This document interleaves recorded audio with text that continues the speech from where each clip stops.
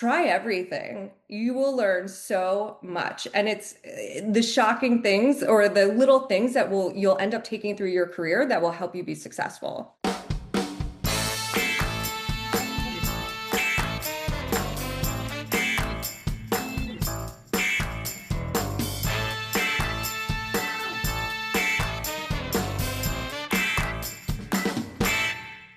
Okay, welcome back to the Marketing Playbook presented by Power Digital and Attentive. Here you'll take away 3 game-winning marketing plays every episode to take back to your team.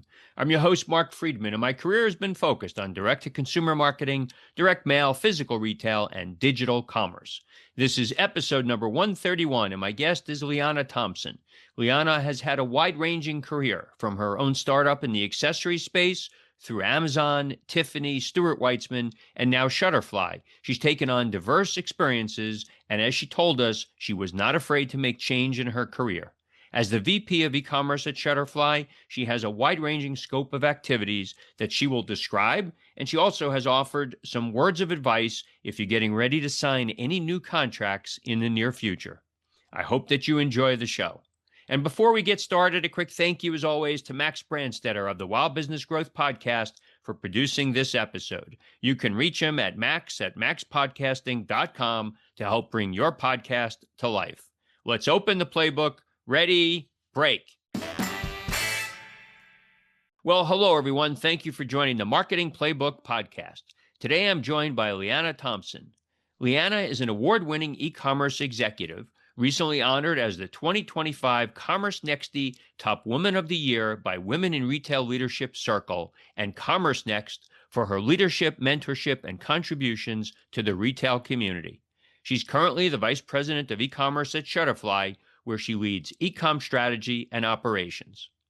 Liana previously served as Vice President of E-commerce and Customer Service at Stuart Weitzman and Senior Director of North American E-commerce and Performance Marketing at Tiffany & Co., where she doubled the size of the business and introduced customer-centric innovations. Earlier in her career, she held roles at Amazon and Bloomingdale's, in addition to founding her own accessories e-commerce company. Liana, welcome to the show. Thank you. Excited to be here. So many really good brands and startup. Can't wait to dive in. But as we start almost all of these shows, really would love to hear your first story, your upbringing, your early career, and the things that might have suggested that the career that you've had would have developed the way it has. Sure. So I grew up in New York City on the Upper West Side, and I didn't really know where my career was going to go. I ended up going to SUNY Purchase and studying environmental science because that's what I thought I wanted to do. But, I just didn't love it, and it wasn't something you could pursue living in New York City very easily. And so my mom, she taught fashion business merchandising at FIT. And prior to that, before I was born, she was a buyer at Bloomingdale's. And so growing up throughout my life, the way I learned fractions or percentages was walking through actually Bloomingdale's or Macy's, and she'd say, that's 20% off. How much is it? Okay, now add in the tax. And I would feel the fabrics, and we would say, well, that's worth it. That's not. This is junk. This is great. And so I really learned a lot through that growing up.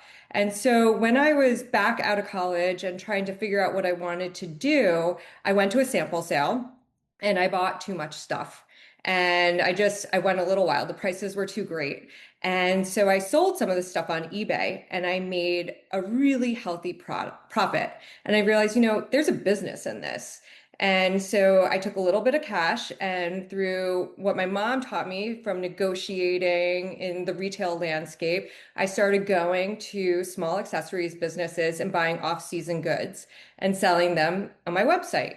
And it was such an incredible experience because I had someone who was guiding me in the retail aspect of what I was doing, but I didn't know anything about e-commerce or digital marketing, or really how to sell product.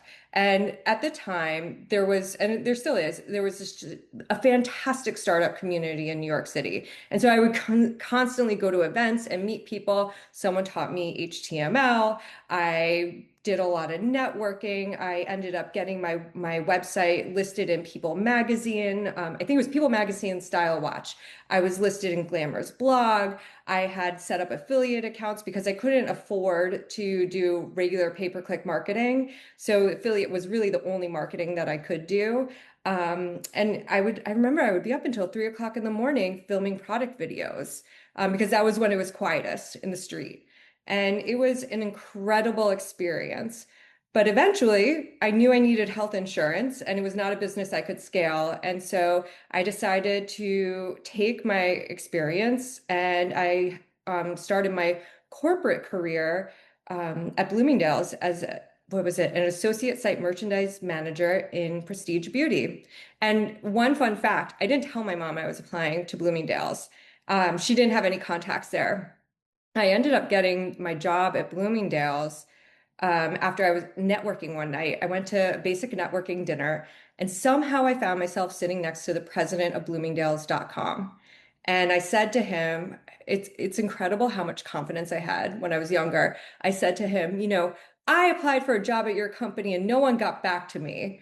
And we started a conversation. He got my information, and within the next few days, I was chatting with someone in HR. Then I had interviews, and I started in a real entry-level job in prestige beauty at Bloomingdale's.com as a site merchandiser. And that's how my career got started. Great story. And there's a couple of things in there. Number one, and we have a lot of folks that listen to the podcast that are early in their career. We talk a lot about the fact when you go to college, you don't need to make the decision for the rest of your life of what you're going to do based upon what your major is in college. And you're a perfect case of somebody who pivoted from what you studied and have an entirely different career. And then, the other funny thing you were talking about learning math through product. I have two kids, twins, that are adults now, and my son was a big sports guy, and he learned, and he's quite the math guy. He learned all of his math through sports.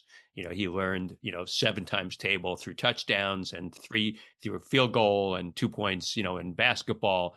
He learned all of that stuff. So you never know how you're going to learn math. So interesting. So you spent some time in merchandising at Bloomingdale's. And then what was interesting from there, you went to Amazon. Well, actually, I was going to say, so I was in site merchandising at Bloomingdale's, which was really more at the time a content management type of role. I would go to market, but I wasn't responsible for placing buys, so it wasn't your typical buyer merchandise type of role. And I actually really lucked out at Bloomingdale's. They have a development program, executive development program that I was not in. And basically, when you work at Bloomingdale's, if you're in this program, you start out, I think, as a merch assistant. Then you go into an assistant buyer, then associate planner, and then senior associate planner, something to that effect, or planner and then buyer. It's a very strict line of progression.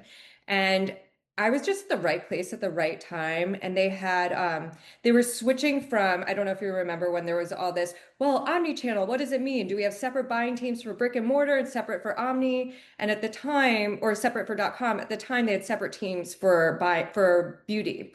And they were going to take the beauty team, or I'm sorry, they had one team for beauty. So the team that was buying for retail was also buying for .com, and they were going to split out the teams. And so there was a job open on the retail side to do associate planning for .com, but it was only going to last 9 months until they split out to this new thing. And so I ended up taking for free, very luckily, merchandise planning classes at FIT because I was able to do it for free. And I made a case to become a merchandise planner or associate merchandise planner within beauty because no one else wanted the job because it was something that everyone knew was going to go away. And so I did that because I wanted to learn the actual business part of what I was doing. And that was probably one of the toughest transitions and toughest roles I've ever taken on because I didn't have any of the formal training leading up to it, and I had to learn systems, and it was really hard. And I don't think I was great at it. I'm pretty sure I wasn't, but it has helped me so much in my career. So if I'm going to say, if I would give one piece of advice, I know you're not asking for it yet, but try everything. You will learn so much. And it's the shocking things or the little things that you'll end up taking through your career that will help you be successful. No, that's great. And one of the things about the show is we try to, give the listeners three key takeaways. And so there's one of them. Try There's everything. one. That Yeah. that's great. So talk about now the transition to Amazon, what you did there, and why Amazon thought that your experiences, doing your own business and Bloomingdale's made sense for them. There was Amazon at the time, they had this company called My Habit, which was what it was like the Guild Group. They're a competition to Guild Group. So they were a startup within Amazon, which was also run a bit like a startup. And I applied for this site merchandiser role. They reached out to me, and I think they loved my entrepreneurial spirit. I think it matched with what they were trying to do. And it just made sense between that, my content management experience, and the little bit of planning that I did have, because it set me up for success, or would set me up for success in the role where in the site merchandising position at Amazon, I was really the go between the buyers and the creative and brand side of the house and the performance marketing folks, figuring out what were the key messages we needed to say, when we needed to do promotions, what those promotions needed to be, and the cadence of them. And so I had a unique background that kind of fit into this unique role. So that's how I ended up at Amazon. Was it a cultural change for you? My perception would be that Bloomies would be very different than Amazon. Yeah, it was incredibly different, and I was blown away by the amount of responsibility they gave me. So I remember I was responsible for pulling together our holiday strategy and presenting it. Obviously, it was everyone was inputting into it, but I was that key person pulling in everyone's strategies and talking about the pacing during week of Black Friday and what messaging and what promos we would do. And when I was at Bloomingdale's, that was something that was done by all the SVPs. And I couldn't believe that I was tasked with pulling this together. And so it was really, at Amazon, you had to be a self-starter. There was no roadmap for how to do anything for my role. And you just had to kind of figure it out. And I loved it. Today's episode is brought to you by Power Digital, the growth partner for brands that refuse to settle. At the intersection of marketing, consulting, and data intelligence, Power Digital is where brands go to ignite revenue and scale fast. Their proprietary technology, Nova, transforms first party data into clear, actionable insights, fueling smarter strategies, better investment decisions, and measurable growth. Power Digital's team of data scientists, creatives, and growth strategists challenge outdated marketing playbooks, delivering results that matter. If you're ready for an agency to turn your data into a competitive advantage, visit powerdigitalmarketing.com. And so then after Amazon, you make a change to what I imagine is yet a different cultural kind of an environment, going to Tiffany's. Tell us about that transition. Sure. So actually, after my habit, I still stayed at Amazon and I went into Prime Now, which was this other startup. And it was very different. And I was selling, and the reason why I mention it is I was selling more CPG type of goods. So Prime Now was, we were selling paper towels, bananas, grocery types of items. And I had never done that before. And it was really fascinating because there's a whole science behind long-term value of customers and what they start out with as their basket starters within the grocery space. And so I learned a lot about customer analytics and driving behaviors of consumers. I learned a lot about just conversion marketing, conversion metrics, and I took over the email marketing channel. And that gave me my first start. What's the secret of lifetime value? Bananas or paper towel? Bananas. And there's a science behind the color of the banana. That is why when you walk into a grocery store, bananas are the first thing you see. It is the number one indicator of lifetime value and repeat purchases within grocery, or at least it was when I was there.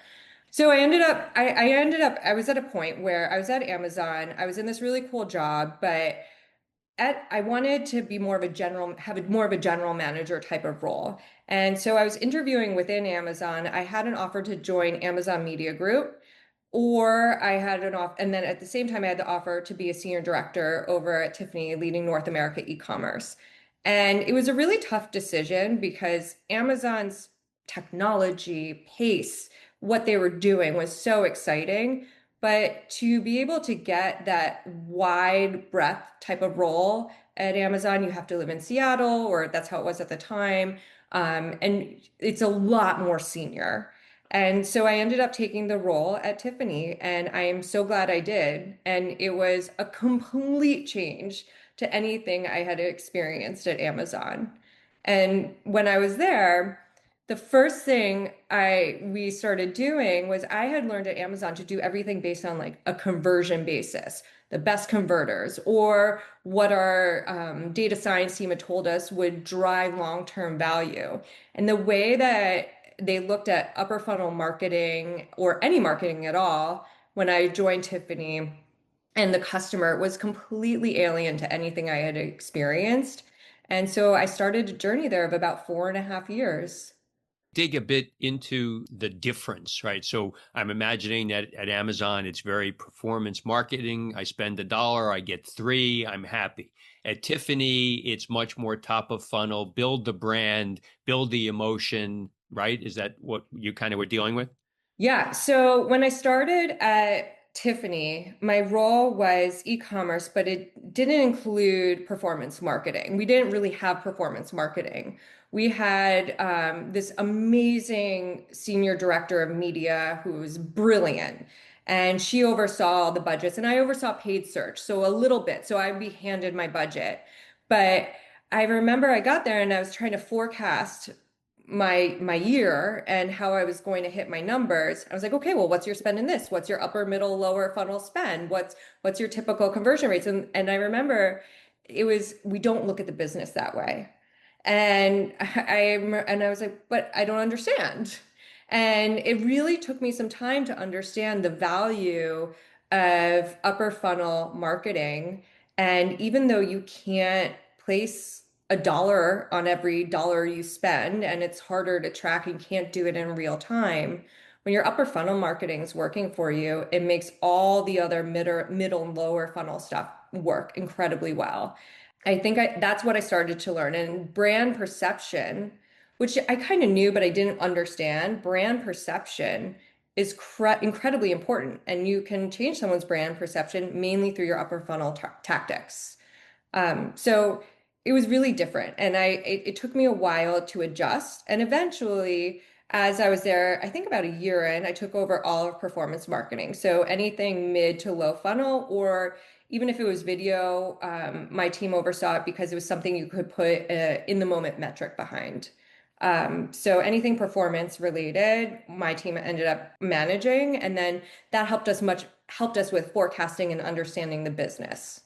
Yeah, it is amazing how different businesses, think of things differently. And top of funnel still today, for many brands, is a really tough pill to swallow, especially, direct to consumer, apparel, accessories.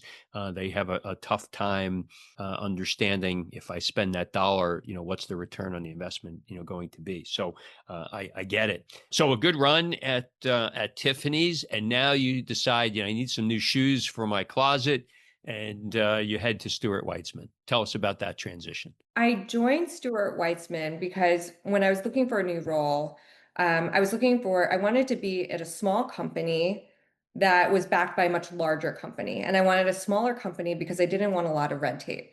So when you're at Tiffany and you're in North America, to get things done at the time, I know it's a lot different now that LVMH has acquired them. The amount of stakeholders you had to go through and the amount of time to get your projects done, it was intense. And I wanted to be at a smaller company where I could have an impact and really run. But I also wanted to be backed by a company that had fantastic technology and a really great network of people who knew what they were doing within the e-commerce digital realm. And at the time, there were some really fantastic, incredible people in the center of excellence at Tapestry. They were replatforming, bringing in all this great technology. They were one of the most forward-thinking companies within the digital space at the time that I had interviewed with in the retail space. And I just thought it was fantastic opportunity. And that's how I ended up at Stuart Weitzman. So it wasn't about the shoes. It was about the opportunity with a smaller company and a much larger org. Have you found that, as you've moved through different product categories, that there are more or less similarities in product categories in roles that you're doing? So, for example, for many years, I was in apparel and fashion and accessories. And every once in a while, I dip my toe to see if I could get into the beauty space. And, the beauty people would say, you don't have any beauty experience. You can't possibly work here. And, so you've had a few different verticals. Are they different or are they similar or what? Completely different. So beauty was a lot more focused on the repeat purchase. And it was very similar to grocery, actually, where what is that key product that's going to get your consumer in, that's going to make them have the best, make them keep coming back and have the longest lifetime value? And what's the best cross-sell product for them to just keep them in our loop, right? And so those two were more similar. And then when I was at Tiffany, it was really interesting because it was people were buying the product at critical moments in their life. And so whether it was to celebrate a birthday, whether they were getting engaged, whether they needed a wedding band, but it was really hard or challenging to cross sell. And we like to cross sell the products. Like within beauty, you can sell a moisturizer, a serum, the whole shebang. In jewelry, it was more about the relationship, the clienteling relationship. And so, yes, you could have one-off sales online, and it was very successful, or people could love your brand and have had a great experience in store and start shopping online within Tiffany. But it was really about those special moments. And then when I went over to Stuart Weitzman, the cadence in which people were buying shoes was very different. Most people don't buy a new pair of boots every single year, and they don't normally tie it to a special moment in their life. So how can you figure out the lifetime value of the consumer, where to bring them in? It's a very fickle business. You could have a great collection one year and a bad collection the next year. It's a size business. So I'm sure with you in fashion, it's cyclical, the size issues, and then also all the competition in the space. So very different. The consumer would be in a very different headspace in all the businesses that I worked in. I spent 7 years at Steve Madden, so I know Oh. exactly what the shoe space is like, and all the things I think you just said are exactly correct. Imagine getting a message from your favorite brand that feels like it was created just for you. That's the kind of personalized experience Attentive helps retailers create, especially during the biggest shopping season of the year. With Black Friday and Cyber Monday around the corner, retailers need to reliably connect with their customers, not just during the holiday rush, but all year long. Attentive's SMS and email marketing platform turns customer data into real conversations by capturing what matters most to each subscriber, then helping you reach them with the right message at exactly the right moment. No generic blasts, just personalized experiences that make customers feel truly understood. The result? Stronger connections that drive real results during Black Friday, Cyber Monday, and beyond. Visit attentive.com to see what your customer data can do. Your current role is at Shutterfly. And for those who are listening who don't know Shutterfly, tell us about the business. Yeah, so Shutterfly is a website where you can go and make personalized photo books, personalize pretty much anything. People go on our website to make holiday cards to send to their friends and family. They make holiday ornaments. You can make puzzles. Anything you can think of that you would want to personalize with photos or messages, you can do on our website. And it's actually surprisingly, I was not aware of this until after I started. It does over $1 billion. You told me that when I first met you, and I honestly was shocked. Yeah, people who love it, they love it. And so it's really exciting. And I ended up going to Shutterfly. This is another story of networking. I was at a crossroads within my career, and I had an opportunity to join another shoe brand that was, I think the e-commerce business was doing somewhere between 500 and $1 billion. I want to keep it wide, the range, so I don't give it up who it was, but and it was like one of those dream jobs on paper where I would be leading all 3PL, all marketing, all these really crazy, amazing things for this sizable business. And at the same time, I got this offer at Shutterfly. And I didn't know much about Shutterfly, the business. I personally, I think maybe I made one photo book in my life. And I sat and I thought really long and hard about it. And I decided to go to Shutterfly because it's not your typical e-commerce journey. It is a journey where people are going because they're generally marking something, an important time in their life, whether it was an amazing vacation, something about family, an amazing event in their life.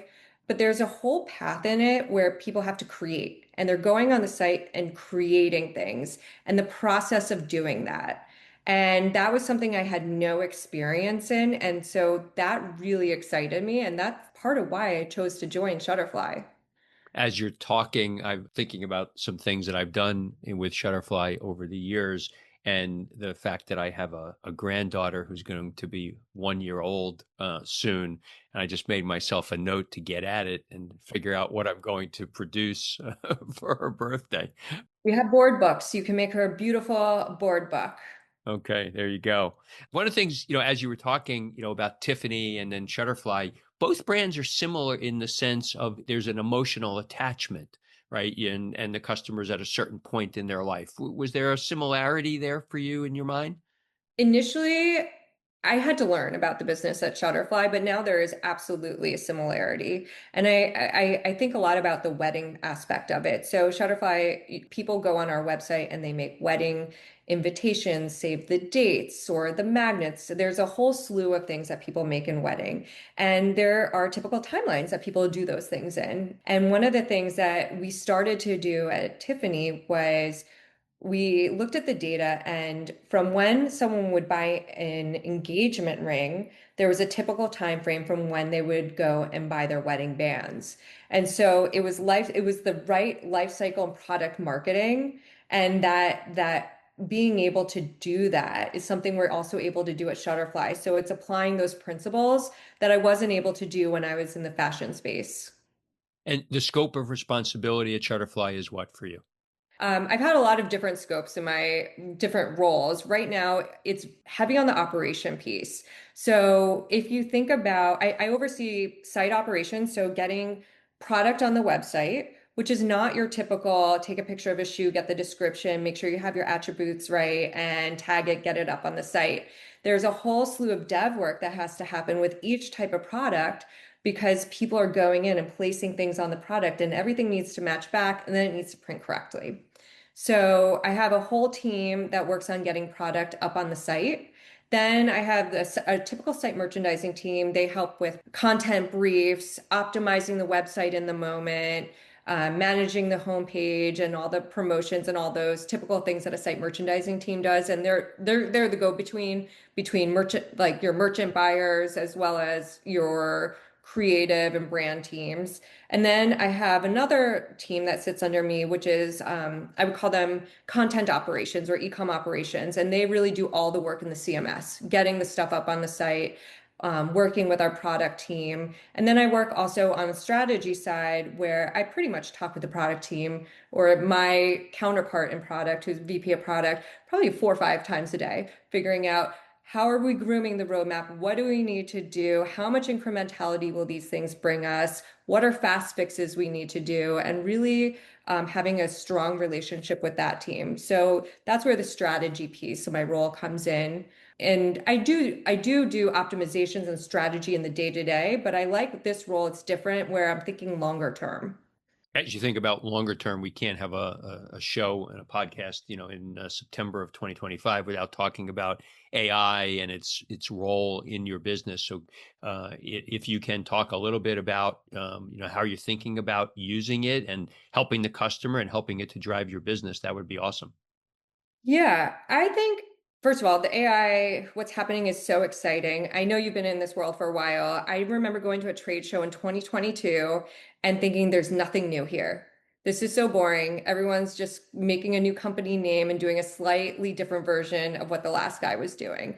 And now there's this whole world.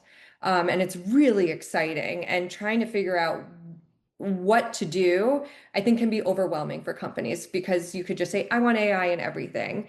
I think the first thing is this space is changing rapidly. One of my points of view is, in the past or up until very recently, contracts with tech companies or providers, you would do it like 3 years to get economy of scale.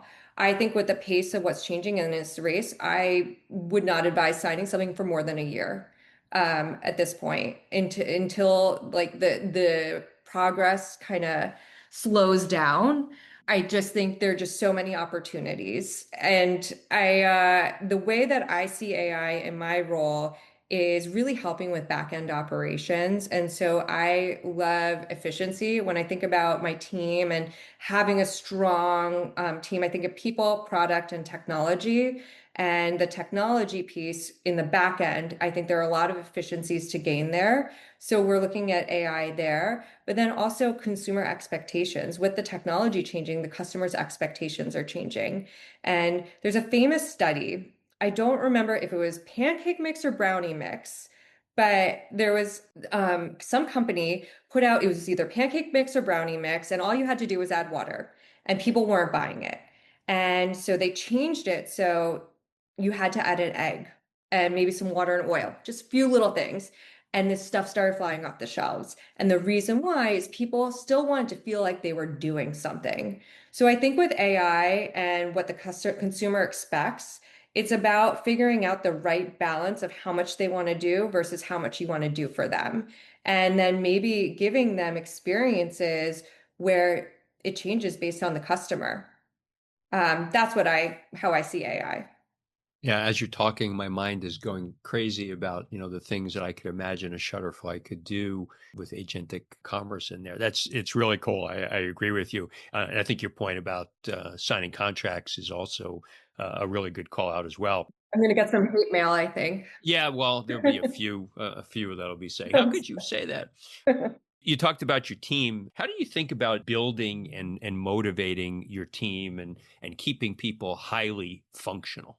I think it really depends on the company that I'm in and the environment of the company and what we're trying to do. But I think there are a few foundational things that have held true through every place. And that's really about building frameworks for people to work within and really clear guidelines and expectations. I think also bringing people along the journey and allowing them to own their work. And so one of the things that I learned in the leadership principles at Amazon was ownership. And so I really try to push ownership and decision making to the lowest levels where we're comfortable. And so people feel like they have a bigger purpose and they're really driving things within the company. And I found that to be really successful. But then also building frameworks and really I push on fix the process. Can the process be better? Even though the process is working, can it be better? Are we agile enough? And so just focusing on process and people is really where I think I've seen teams grow and develop. I want to come back to your roadmap comment, and anybody, regardless of the role that they're in, they've got a roadmap. How do you organize the roadmap? How do you decide, look, I've got 50 things that we want to do. I can only get 10 of them done. What are the kind of thought processes, the counsel that you get to help make those decisions? Well, there are two big inputs to those. And so it's something I do in partnership with product management, obviously. So it's what is the revenue going to be? So there are a bazillion ideas out there, or I think this could be better. What are the metrics? What are the metrics? What percentage of people use this? What does this drive if you added or even doubled conversion? How much money could you make? So first you rank things by the dollars it's going to bring in and the impact. And one of the things that I really try and do with my team is really push them, always think about the metrics when you're proposing ideas. And then working with the product management team on the LOE and how these things fit into their tech roadmaps, and their capabilities. And so, if something is really high impact, low LOE or low level of effort, obviously that's going to be prioritized.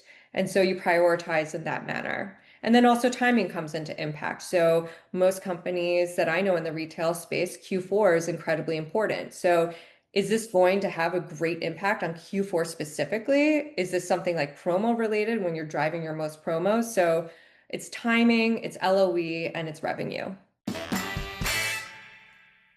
Well, look, this was great. We're down to the end of the show. We do a 2-minute drill, 7 questions, 1-word answer. Are you ready? I am. It might be 2 words. That's okay. Nobody sticks to 1 word, even though I say that. A brand that you admire or that inspires you.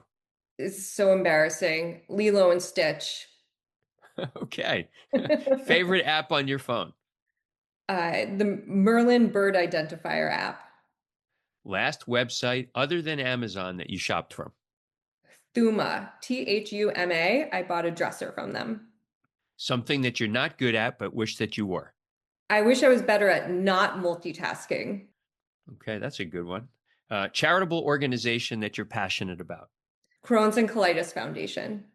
If you had one superpower, what would it be? My one superpower would be to teleport.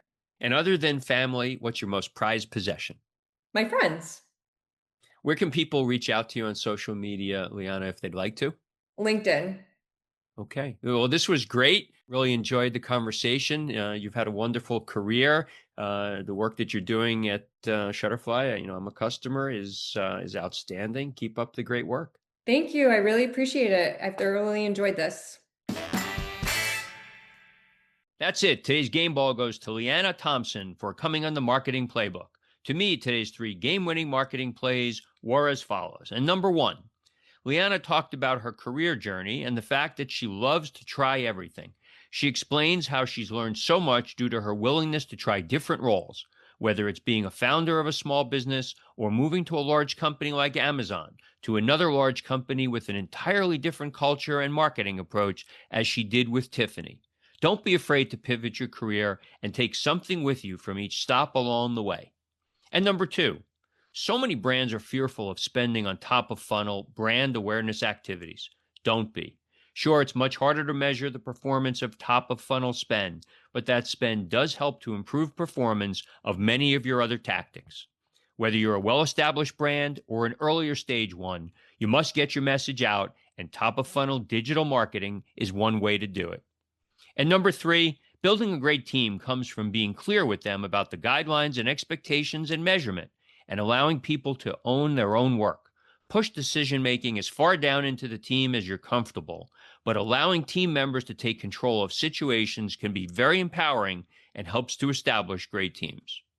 Thank you, Playbook marketers, for listening to another episode. If you want to check out more pages of the Marketing Playbook, make sure to subscribe on your favorite podcast spot and leave us a 5-star review on Apple Podcasts. Until next time, the devil is in the details.